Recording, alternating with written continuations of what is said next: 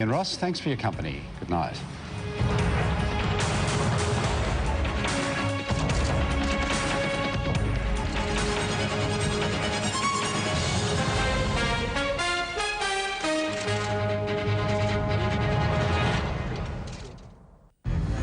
Tonight, we go shopping with shopaholics, spending hundreds of thousands of dollars, and now the medical world says it's not their fault.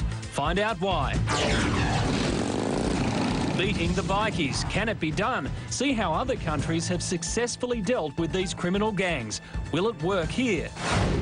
Controlling your anger. Big Bad Barry Hall shows us the program that tamed him, how anger management classes are changing lives. Today Tonight with Matt White.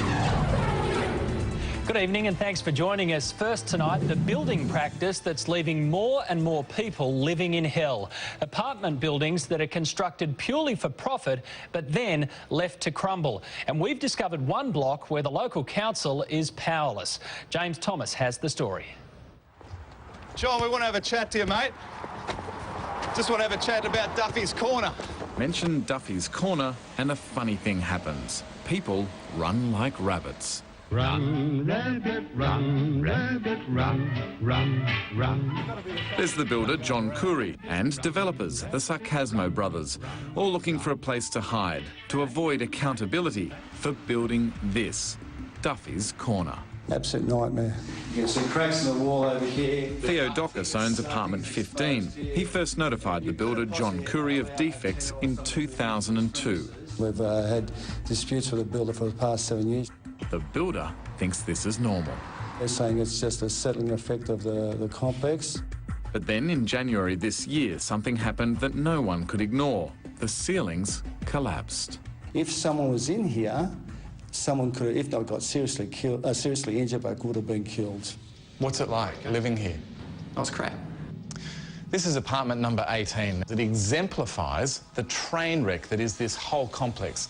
As you can see, large cracks coming down all of the walls. The ceiling has completely caved in and it is riddled with water leaks.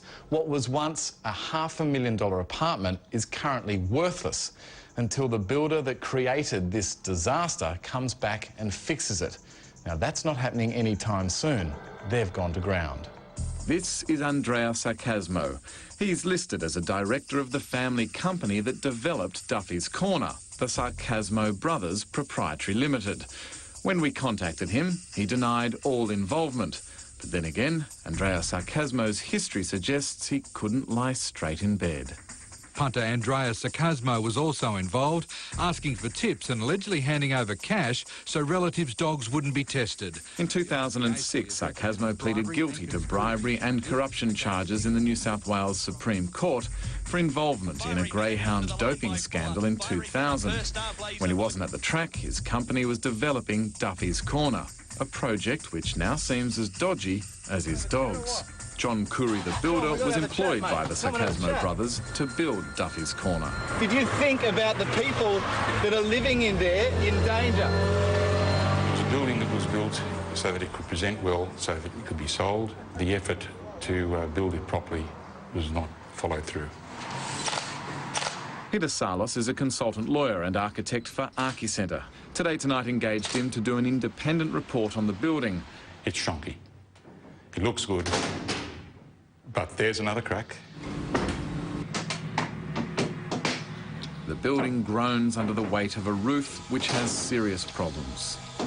Over time, the cracking will get more and more serious, and cracks will become larger. And what happens when cracks become larger to buildings? You start getting into the realm of catastrophic failure. Translation: this building, or parts of it, could collapse.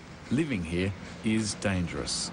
And my concern is, you know, for our safety, really. You can see up here, we've got cracks in the rendering up there. I mean, Genevieve McCauliffe from Unit 16 says she can't sleep at night with the sounds of the roof cracking and the fear that comes with it. I don't know if the roof, if now this concrete's going to come down. I mean, the sounds of it sounds like, sometimes I wonder if the walls are holding the ceiling up. These faults are serious structural faults and should have been addressed with the Office of Fair Trading almost as soon as they were identified. Look, our initial impressions are that there are certainly some issues and some defects in this building. The Office of Fair Trading's Assistant Commissioner, Steve Griffin, is in the process of investigating the builder's work. The defects are substantial, and certainly we retain the right to discipline the builder. Chunks of building that fall off like that have a real risk of injuring people, and that is an issue for council. Randwick Council approved the development application for Duffy's Corner, but they reject responsibility for ensuring the building complies with building codes. They say that job was subcontracted to a private certification company, Dix Gardner. Lyle Dix is the director. Lyle, I'd just like to ask you a couple of questions about your approval of the building Duffy's Corner. Dix Gardner issued the construction certificates for Duffy's Corner, and upon completion, the company granted the occupation certificate. Lyle?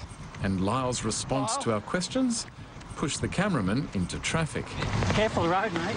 In February, the New South Wales Building Professionals Board cautioned Dix for unsatisfactory professional conduct related to this building in Wollongong.